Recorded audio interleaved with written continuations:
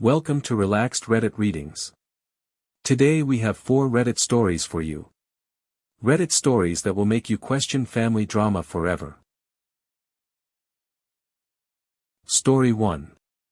My dad's divorce is apparently all my fault. So apparently I'm the reason my father's getting divorced, and honestly I don't know how to feel about it. Let me back up here.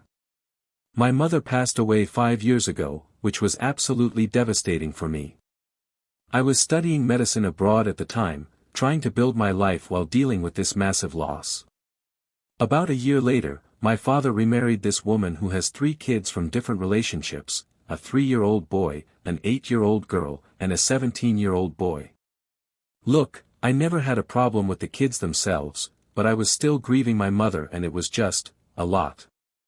But I kept my mouth shut because I wanted my dad to be happy. Fast forward to last year when I came home for vacation to visit my father. That's when things got weird. My stepbrother, the 17-year-old, started making these really inappropriate comments to me. I'm talking sexual harassment level stuff that made my skin crawl. When I told my stepmother about it, expecting her to handle her son, she completely dismissed me. She said I was being dramatic and that boys will be boys. Can you believe that? Then she had the audacity to tell me I was just jealous of their family dynamic and trying to cause problems. I was shocked. Here I am, trying to respect this new family situation while still dealing with losing my mom, and she's basically calling me a liar. So I did what any reasonable person would do, I told my father exactly what happened. I explained how his stepson was harassing me and how his wife completely brushed it off and then blamed me for it. I thought my dad would handle it quietly, maybe have a conversation with them about boundaries and respect. But apparently my father went nuclear. He confronted his wife about her son's behavior and her dismissive attitude toward me. According to what I heard later, it turned into this massive fight where she accused him of choosing me over her family, and he accused her of enabling inappropriate behavior and not protecting me. The whole thing escalated way beyond what I expected. Now they're getting divorced, and somehow everyone in the family is saying it's my fault. My stepmother is telling people I deliberately tried to break up their marriage by lying about her son. Some relatives are saying I should have just kept quiet and dealt with it myself instead of involving my father. They're acting like I'm this manipulative person who couldn't handle my dad having a new family. But here's the thing, I never asked for any of this drama. All I did was report harassment and expect it to be taken seriously. Was I supposed to just let some teenage boy make gross comments to me and say nothing? Was I supposed to let his mother dismiss my concerns and blame me for her son's behavior? I don't think I did anything wrong by telling my father what was happening. If their marriage couldn't survive him standing up for his daughter, then maybe it wasn't as solid as everyone thought. But the guilt is eating me alive because I never wanted to be the cause of anyone's divorce. Am I really the villain here for speaking up about harassment? If you're enjoying these stories, hit that like button and let me know in the comments which story you relate to the most. Story 2. My kindergarten tattle phone idea backfired spectacularly. So I'm a kindergarten teacher and I thought I came up with this brilliant solution to constant tattling, but now parents are furious with me. Let me paint you a picture of what I deal with every single day. Kindergartners absolutely love to tattle. I'm talking 20 to 30 interruptions per day of Mrs. Teacher, Kinsley picked her nose and ate it, or Mrs. Teacher, Johnny is looking at me and I don't want him to, or my personal favorite, Mrs. Teacher, at lunch today Steve was chewing with his mouth open. These kids will literally race each other to get to me first to report the most trivial things you can imagine. It was getting so bad that I couldn't actually teach because I was constantly being interrupted by reports of someone breathing too loud or wearing the wrong color socks.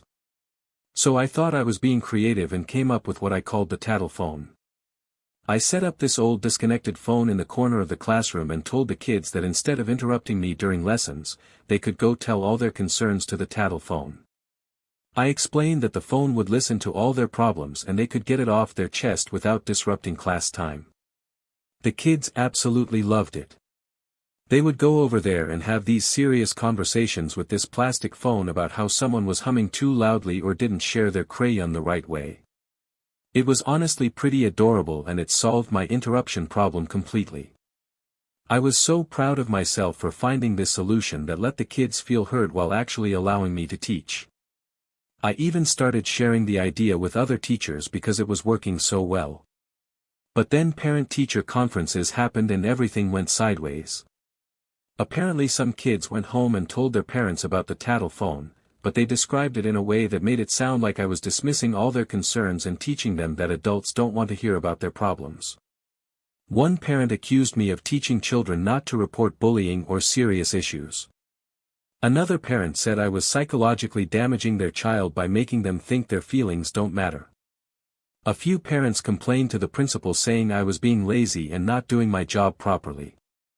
The principal called me in and said that while she understood my intentions, some parents felt like I was teaching kids that their voices don't matter and that adults won't listen to them when they have problems. She was worried about the message it might send about reporting actual serious issues like bullying or inappropriate behavior from adults. Now I'm second-guessing everything. I tried to explain that I still handle real problems and emergencies immediately, and that the phone was only for the trivial stuff like someone wearing a shirt they don't like or eating their sandwich wrong. But apparently the distinction isn't clear to 5-year-olds.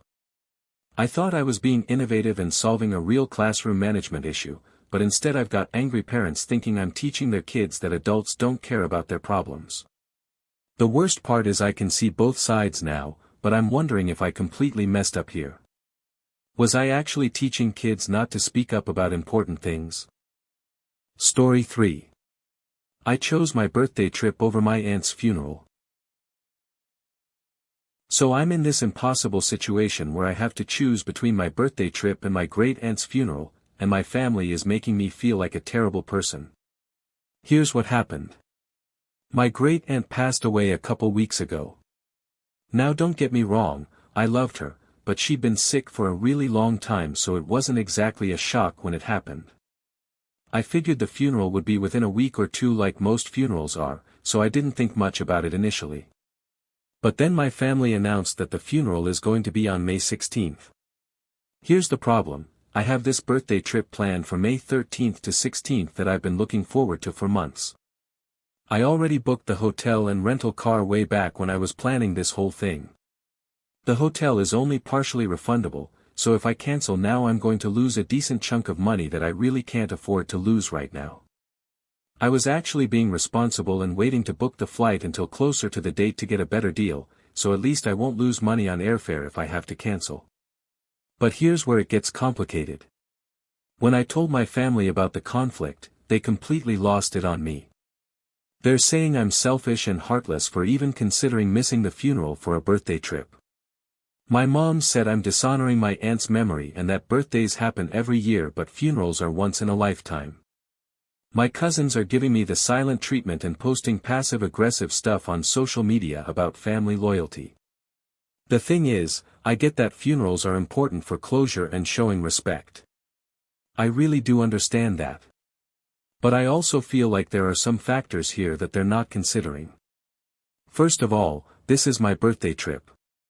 It's not just some random vacation, it's something I planned specifically to celebrate another year of life and I've been looking forward to it as a way to treat myself.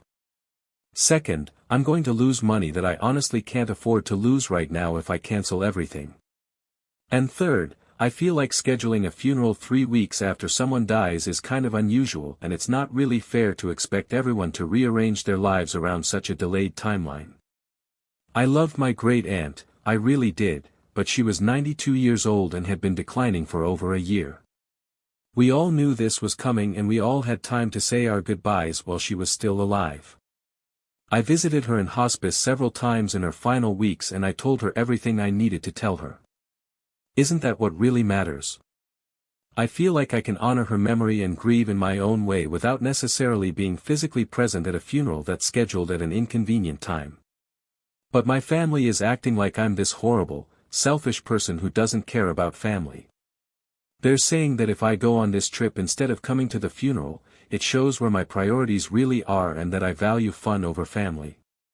Am I really being selfish here, or is it reasonable to prioritize plans I made months in advance? Story 4. My manager publicly humiliated me over my dog photo.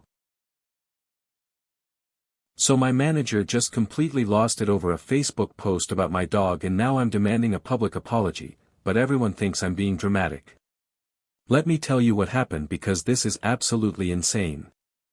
I just adopted this adorable poodle mix who's really anxious and scared of everything, especially when I put on my shoes to leave. So I posted this cute picture of him on my personal Facebook with a little story about how he gets terrified when he sees me getting ready to go out. Just a normal, sweet post about my new rescue dog, you know. Nothing controversial, nothing work-related, just me sharing something personal about my pet. Well, apparently my manager, who I'm not even Facebook friends with by the way, somehow got a screenshot of this completely innocent post. And instead of just scrolling past like a normal person, this guy decides to send the screenshot to our work group text that includes all the other local professionals I work with. But it gets worse. Along with my personal photo and story about my scared little dog, he adds several middle finger emojis and writes, "I'm changing the locks and will pay for it myself." What the hell does that even mean? How does a post about my anxious rescue dog translate to whatever weird threat that's supposed to be? I was absolutely mortified. Here I am trying to maintain professional relationships with all these people I work with, and my manager is sharing my personal social media posts and adding profanity and bizarre threatening messages to them. Everyone in that group text can see this unprofessional behavior from him, but they can also see my personal business that I never intended to share in a work context. So I confronted him about it and demanded that he apologize to me in front of the same group of people he embarrassed me in front of. I told him that if he's going to publicly humiliate me by sharing my personal posts with work colleagues and adding inappropriate comments, then he needs to publicly acknowledge that what he did was wrong.